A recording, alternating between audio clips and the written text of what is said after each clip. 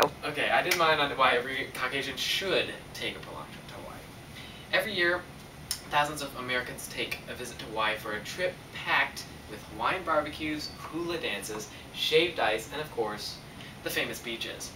These visitors' expectations are limited to spending a laid-back, stress-free, and sun-filled vacation in paradise. What they don't know is that they will actually be learning a life-changing lesson. You see, Caucasians in the United States particularly, enjoy having the privilege of being the racial minority. Everywhere they go, and I mean everywhere they go, they are comforted by the pervasive presence of their own kind.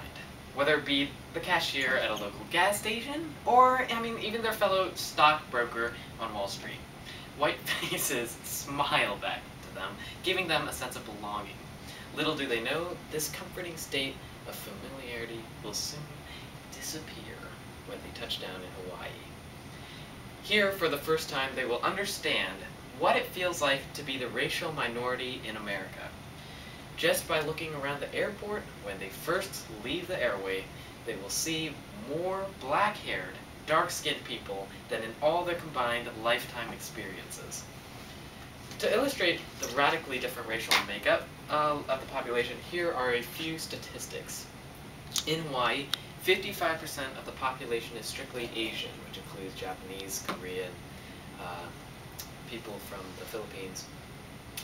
And then 21% is native Hawaiian or Pacific Islander, most of which have immigrated from Asia as well. And 24% is the race we know as Caucasian.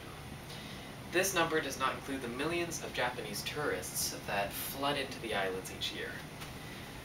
Here, the racism is reversed and directed at the most unlikely recipient, the white man. Bertrand Russell once stated that collective fear stimulates herd instinct and tends to produce ferocity towards those who are not regarded as members of the herd. Unlike in the mainland, visiting Caucasians are not considered members of the Hawaiian herd. The ferocity of the herd towards strangers, in this case the pale-skinned humans, is demonstrated through the stink eye, which is the local expression of disdain. It's a very scary thing. And Snide remarks, as if that's enough, the visiting Caucasian is not even called a white man. Not even called a man, but rather a haole. Because of the rude behavior of previously visiting Caucasians, negative connotations are associated with this title.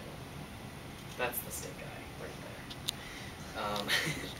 there. Haoles are known to be commonly rude and cold in manner, having no sense of the ohana, or family spirit.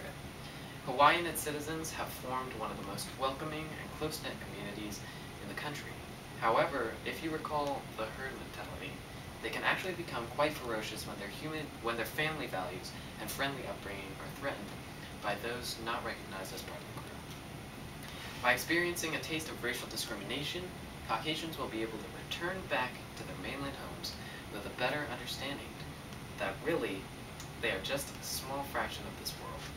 I encourage all Caucasians to, at one point in their life, make this trip and learn the lesson. Very nice. Good job.